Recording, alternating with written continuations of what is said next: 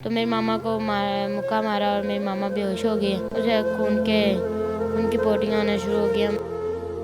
मारा किस चीज़ से था जिससे आपकी वालदा की जान गई? पहले तो डंडा मारा है जिससे उंगली और अंगूठा टूट गया, फिर कमर के दरमियान मुक्का मारा है। वो मुक्के की वजह से शायद कुछ इस तरह मामला बना। फिर नाने ने कहा पे जल्दी से अस्पताल ले चला। फिर मैं गाड़ी में डालकर मामा को अस्पताल ले गए। उधर उन्होंने कहा कि ये इंतकाल फरमा गया। आप क्या चाहते हैं? बाप को सज़ा होनी चाहिए? बिल्कुल होनी चाहिए। दुनिया का ये निज़ाम है, ऐसा ही है कि जो खून का बदला खून ही होता है। अस्सलाम वालेकुम नाज़रीन, मैं हूं एडी मलक और मैं इस वक्त रायविंड में मौजूद हूं। रमज़ान में एक शख्स ने सिर्फ़ और सिर्फ इसलिए अपनी बीवी को कत्ल किया कि वो अपना घर, अपनी गाड़ी बेचकर अपना नशा पूरा करना चाहता था। माँ को अपनी आंखों के सामने कत्ल होते हुए इन दो मासूम बच्चों ने देखा। इन बच्चों से जानते हैं कि आखिरकार क्यों आपके बाप ने ये कदम उठाया और वो क्यों और कब से ये नशा करता चला आ रहा था। इनसे बात करते हैं। बेटा, क्या नाम है आपका? नुमान लतीफ़। आपका क्या नाम? फ़हीम लतीफ़। अच्छा, क्या हुआ था उस दिन, ये सारा वाकया बताओ आप।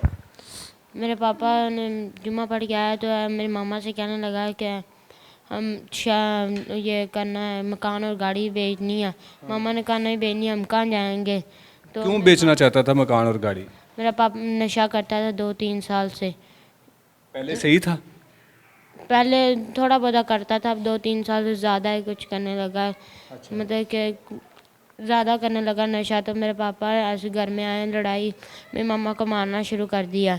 इसी तरह 2 महीने पहले तभी यही बात पे लड़ाई, घर गाड़ी भेज देते हैं। तो मेरी मामा कहती नहीं भेजना, मेरे बच्चे कहाँ जाएंगे, हम कहाँ जाएंगे। तो मेरे पापा उन्हें मारने लग गए डंडों मुक्कों से।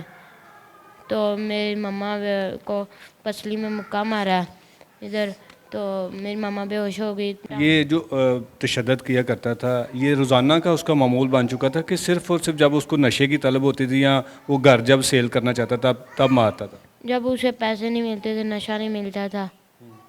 अब तो रोज़ दूसरे दिन तीसरे दिन, दूसरे दिन तीसरे दिन ऐसे ही करता था।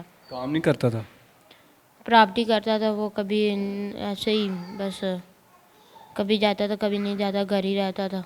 तो किस चीज़ का नशा करता था? ये आइस जो होती है, हर किस्म का ही करता था नशा। तो घर में करता था कि बाहर कहीं दोस्तों के साथ करता था? पीछे हमारा घर बन रहा, उधर पीछे पिछली साइड पे करता था बंदों के साथ बैठ के। अच्छा, जिस दिन आपकी वालदा को मारा था, उस दिन क्या हुआ था? लड़ाई किस बात से शुरू हुई थी? उसी दिन भी ऐसे ही मेरे पापा घर में आया, जुम्मा पढ़ के आए हम। तो मेरी मामा का रोज़ा था, हम लेट गए। तो मेरी मामा को जो नीचे से आके ज़ोर से कहने लगा घर और गाड़ी बेचनी या नहीं। मामा कहने लगी नहीं, मामा कहने लगी नहीं, उन्हें नहीं बेचनी गाड़ी और मकान। इसी बात पे मेरी मामा को मारना शुरू कर दिया और बीच में हमें भी मारता था कि साइड पर जो ऐसे हो जो ऐसे। तो मेरी मामा को मुक्का मारा और मेरी मामा बेहोश हो गई। हमने उठाया और उसे खून की पोटियाँ आना शुरू हो गई। हम वाशरूम में गए, उन्हें करवा के कपड़े बदल के हमने लिटा दिया। तो जब अफ्तारी लेने गया तो हमने पीछे मामू अब्बास को फ़ोन किया, अपने बड़े मामू अब्बास को फ़ोन किया। तो मेरे पापा आ गए। उसने फिर ज़ोर से कहने लगे पीछे हट जाओ, ये ड्रामे कर रही है, ये ऐसे कर रही है, ऐसे कर रही है। थोड़ी देर हुई, मेरे पापा ना मेरे मामा का गला दबाने लगा, सांस रोकने लगा। तो मेरे पापा, मेरे मामू और मामू मीर और मेरे नाना हाजी शरीफा वहाँ आ गए मौके। तो उतनी देर में उसने मेरे मामा का गला दबाया। जब उसके मैंने मामू मीर की आवाज़ सुनी, हम बाहर आ गए, हम भाग के। तो मेरे मामू और नाने ने कहा कि इनके कहने पर हॉस्पिटल ले गए, टेस्ट हॉस्पिटल। तो उधर गए तो मेरे मामा, उन्होंने डॉक्टरों ने कहा कि इनका इंतकाल, ये फौत हो गई है। मारा किस चीज़ से था जिससे आपकी वालदा की जान गई? पहले तो डंडा मारा है जिससे उंगली और अंगूठा टूट गया। उंगली अंगूठा टूट गया। फिर मुक्का मारा है। उस वक्त भी आपके पापा नशे में थे? नहीं, बाहर से आए थे, अब हमें इतना तो नहीं पता करके आए भी थे कि नहीं। वैसे तो नहीं लग रहा था कि नशे में है। फिर कमर के दरमियान मुक्का मारा है जिससे वालदा के वो मुक्के की वजह से शायद कुछ इस तरह मामला बना। फिर वो टांगे मारी हैं। फिर ये अफ्तारी लेने के लिए गया चला। हम पीछे से वालदा को पकड़ने लग पड़े। हमने जल्दी से अपने मामू बड़े अब्बास को फ़ोन किया। सब जब घर वाले आए थे तो उस वक्त आपकी वालदा मर चुकी थी कि अभी ज़िंदा थी? नहीं, बेहोश जब हुई है ना, बेहोशी के बाद उसे देख के ऐसे ही लग रहा था जैसे मर चुकी है। फिर नाने ने कहना कहा पे जल्दी से अस्पताल ले चला। फिर मैं गाड़ी में डालकर मामा को अस्पताल ले गए। उधर उन्होंने कहा कि ये इंतकाल फरमा गया। मामा प्यार करती थी आप लोगों से? बहुत ज़्यादा करती थी प्यार हमसे। क्या कहती थी? बाबा नहीं प्यार करते थे? वो कभी उन्होंने हमारी तरफ तवज्जो दी ही नहीं थी। आप क्या चाहते हैं? बाप को सज़ा होनी चाहिए? बिल्कुल होनी चाहिए। दुनिया का ये निज़ाम है, ऐसा ही है कि जो खून का बदला खून ही होता है। बिल्कुल, जिसने जो किया उसको उसकी सज़ा तो ज़रूर मिलनी चाहिए। इन बच्चों ने अपनी माँ को अपनी आंखों के सामने किस तरह बेदर्दी से तशद्दुद होते देखा होगा, और फिर उसके बाद किस तरह वो ख़ातून अपने बच्चों के सामने तड़प तड़प कर मरी होगी।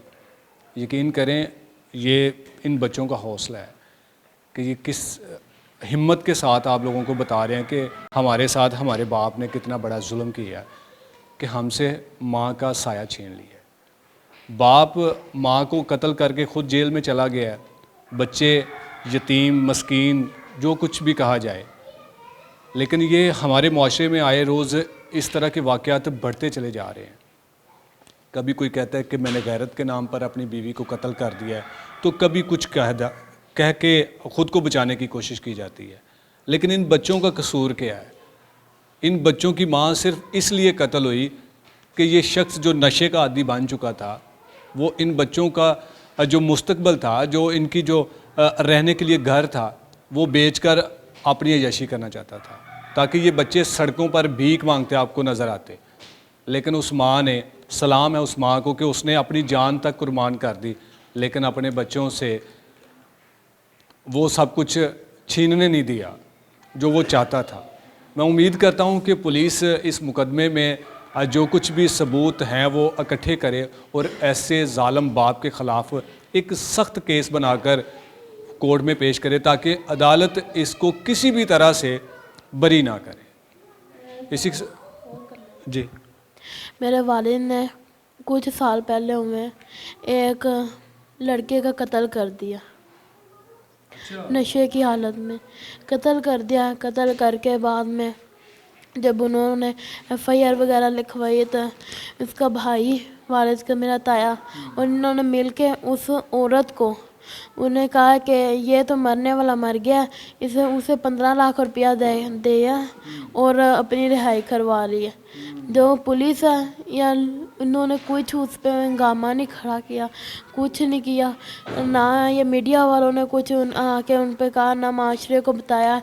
उसे उस मुलजिम को फिर उधर रिहाई दे दी गई। मैं ये नहीं चाहता कि इस बार फिर इंसाफ हमें ना मिले और उसी तरह उसे रिहाई दी जाए। बिल्कुल जी, ये बच्चे ने बड़ी अच्छी बात की है कि अगर उस बार इस शख्स को सज़ा दी जाती तो शायद ये आज अपनी माँ के साथ होते। पुलिस से दोबारा कहूँगा कि आप उस केस में भी थोड़ी सी इंटेरोगेशन कीजिएगा कि वो किस तरह का मामला था और क्यों कत्ल किया गया। इजाज़त चाहूँगा, अल्लाह ने के बाद।